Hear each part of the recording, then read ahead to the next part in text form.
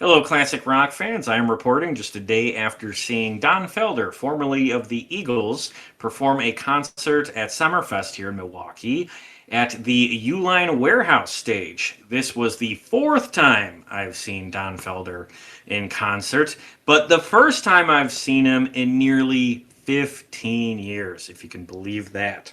So, let me tell you a little bit about my history seeing Don Felder. I first saw Don Felder all the way back in 2009. So, way back in 2009, a friend and me wanted to do a road trip to Canada. And I think it was because we were both under 21, but you could drink legally in Canada. And, we're here in Wisconsin, so it's not that far of a drive. And for whatever reason, we picked Windsor, which is right across the river from Detroit. So it's about a 6 hour drive for us. And I think the reason we picked Windsor is that I saw that Don Felder was playing his first solo tour that year, and he was playing a show at the Caesars in Windsor. So I said to my buddy, like, hey, if we're going to do this road trip, can we go to Windsor so I can go to this concert? At the time, I was a huge Eagles fan. Like, the Eagles were one of the first classic rock bands I ever really got into, and I had just finished reading Don Felder's book. So my buddy agreed, and I went to that concert that night, and he played poker in the casino. Now, to add to all this, a few weeks before we left on the trip, I had found Don Felder's page on MySpace. Yes, this was in the days of MySpace. My God, feels like a lifetime ago. Anyway, I found Don on MySpace, and I sent his account a message saying, hey, Don, I have tickets to see you in Windsor. If I bring a record to the show, is there a chance you would sign it for me? And he responded, to my delight, and he said, sure, Joe, I'd be happy to sign your record. See me after the show. Now, being the young man that I was, I didn't bring Don a record, I brought him 3. I almost brought him 4. But he was a great sport about it, and sure enough, after that show, even though he was absolutely exhausted, he signed all 3 of my records. In fact, he signed quite a few merch items from people who came out to see him that night. So I always had a real positive opinion of Don Felder because of that interaction. He made some time for the fans after the show. He, again, signed 3 records for me. He signed Hotel California, Eagles Live, and if I get up and move right behind me here, his solo album, Airborne. Now, the other thing I remember about that night is that it was a fantastic concert. He played for a long time. He played almost all of the Eagles hits. He played heavy metal, which I was over the moon to hear live because I love that song. And he sounded really well. The Eagles never let him sing when he was in the band, so I think there were a lot of people wondering if he could really even sing at all. Because if you read his book, he'll tell you that he buried his vocals on Airborne, so you can hardly hear him at points, and it was because he was insecure about his singing. But after seeing that show in 2009, I didn't understand what he was so insecure about. I thought he sounded really good. Now, just a year later, he came and played the Waukesha County Fair, which is pretty close to me here in Wisconsin, in 2010. I went to that show as well and had a very similar experience. I thought he sounded great. He played a nearly identical set, which included heavy metal, and I had a lot of fun that day. In fact, he was the opening band for Grand Funk Railroad, and I can tell you, I didn't even stick around for Grand Funk. Like, I went just to see Felder, and he knocked it out of the park. And again, vocally, he sounded really good. And then just a year after that, he played his first ever show at Summerfest in 2011. He played the Aurora Pavilion, which was then known as the Potawatomi Stage. And then the show was basically the same story as the last 2. Nearly identical set, mostly Eagles hits. He did a cover of Pride and Joy by Stevie Ray Vaughan. He played heavy metal, which was awesome. And I got to sit like second row for this show. So this one really stood out to me. I had a lot of fun at that. So 3 Don Felder concerts in 3 years and 3 great experiences. And at that period of time, I thought, oh, this is fantastic. He's going to be coming around every year. The Eagles do not come around every year, and when they do, they are straight up too expensive for me. I saw the Eagles once, and that was back in 2008. My uncle bought tickets for us to go. That's the only reason I was able to go. Every time they've been back since, I've looked at their ticket prices and just decided no. It's always been too rich for my blood, and they're kind of known for that. And now that they're playing the Sphere in Las Vegas, I'm fairly certain that I will not be seeing the Eagles ever again, unfortunately. But going back to the early 2010s, I thought, oh, no matter, because I'll be able to see Don Felder fairly regularly. But unfortunately, that didn't happen because that 2011 show was the last time I saw him on stage up until yesterday at Summerfest. Almost exactly 15 years later. Now, what's the reason for this? Felder got in good with REO Speedwagon and Styx, and he became a very reliable opening act for summer co-headlining tours of 80s era arena rock, classic rock bands like REO Speedwagon, Foreigner, Styx, Chicago, those kind of bands. Those kind of bands would often pair up, so it would be like Styx and Foreigner, and Don Felder would get at the opening spot. So it would be technically 3 bands on the bill, and Don would open. That's a great spot for him, and it worked for all parties involved because they kept going back to him year after year after year. And unfortunately for me, those co-headlining classic rock tours often skip Milwaukee. So I just haven't seen Don Felder in concert in 15 years. And that sucks because I thought he was really good. And I'm at least happy to say that after seeing him on Saturday, I can still say the same. I still think he's really good. Now, the main difference from this show versus the 3 I saw back in the day was the length of the show. Back in the day when I saw him, he played for like an hour and a half. This show was about half that. This show was about 45 minutes long, and unfortunately, it was only Eagles hits. For some reason, he did not play heavy metal, and he did not play anything from his later era solo catalog, which has some good songs in it. And that's going to be my main criticism of the show. I was really hoping to hear heavy metal again, and I'm fairly certain he was planning on playing it, but for whatever reason, it just didn't happen. So let's go through the set list. He came out on stage and opened with Already Gone, which is one of the Eagles' best songs. Now, one thing I will say, Don's vocals over the past 15 years have gotten a little raspy. His years of touring have definitely had an effect on his voice. He doesn't sound bad, but he wasn't like one of the great singers of all time to begin with. He was a competent singer when I saw him back in the day, but I think these years of touring every single summer is starting to catch up with him, and his voice is just a little raspy. On some songs, that works really well, and it sounds great. But there were a couple on here where it wasn't ideal, and Already Gone was one of them. But where he did sound really good was the songs after that.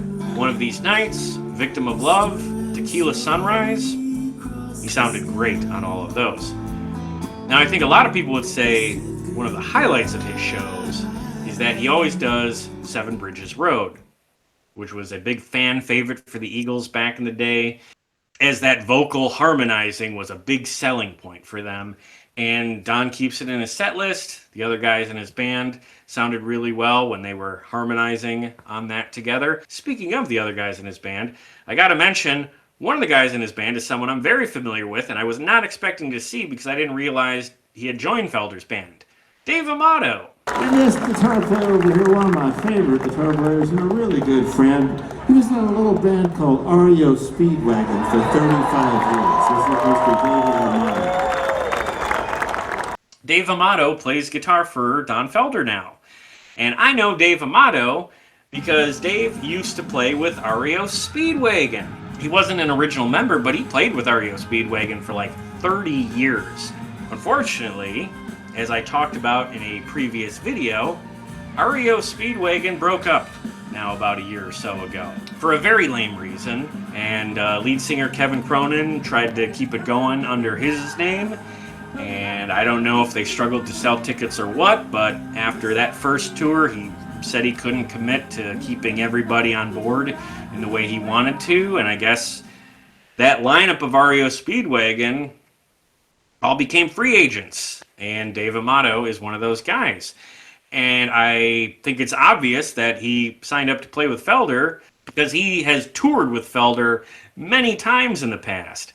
REO Speedwagon, again, on those double bill tours with Don Felder as the opening act, obviously those guys developed a friendship over those years, and it makes a lot of sense to have Dave Amato in Felder's band. Now, one thing I should mention is that before they played Tequila Sunrise, the band had some technical issues. And when I say the band, I mean the stage.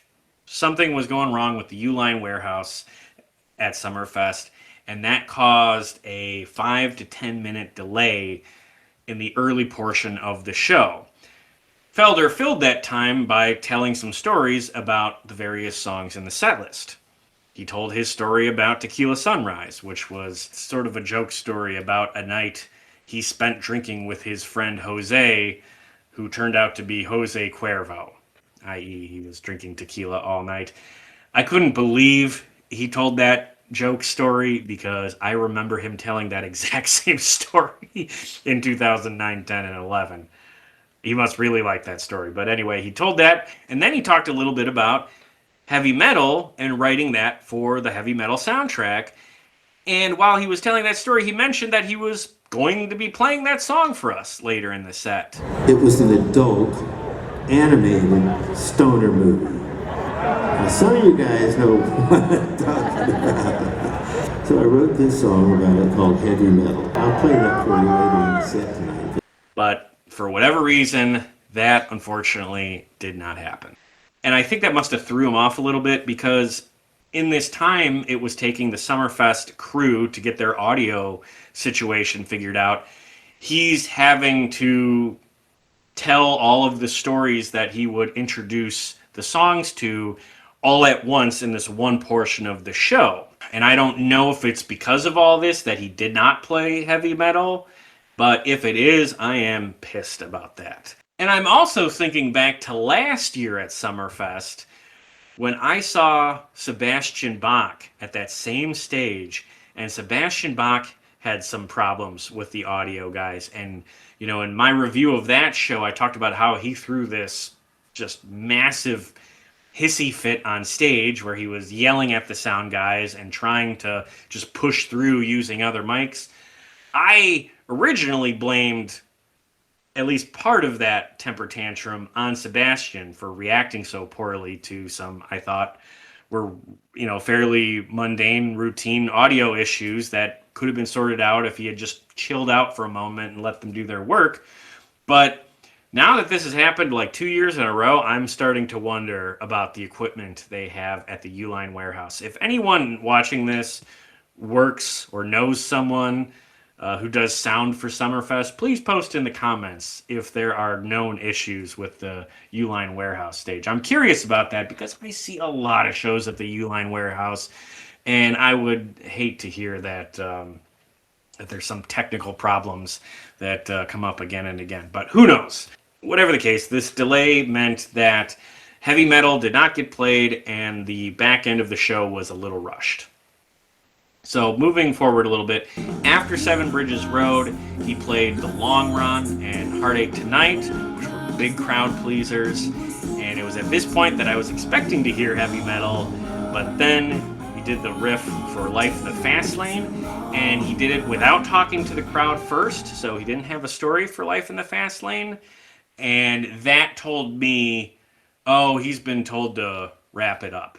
Again, right after Heartache Tonight, he just immediately started with Life in the Fast Lane. And I don't know that he rushed through it or anything like that, but given that he didn't talk before that song, I got the impression that, okay, the show's almost over, and they're going to have to get off stage pretty soon. Because the thing with Summerfest is that they are very strict with when bands go on and when bands have to come off. Like, they do have curfews and deadlines for stuff like that because they have to get the stage ready for the next show.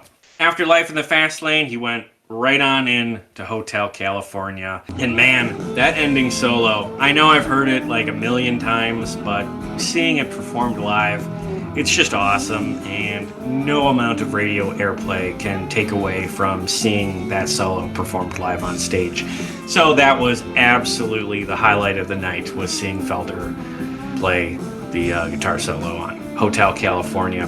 So ultimately, even though I did not get to hear my favorite song from Don Felder, which of course is heavy metal, I still had a fantastic time and I was really glad to see him.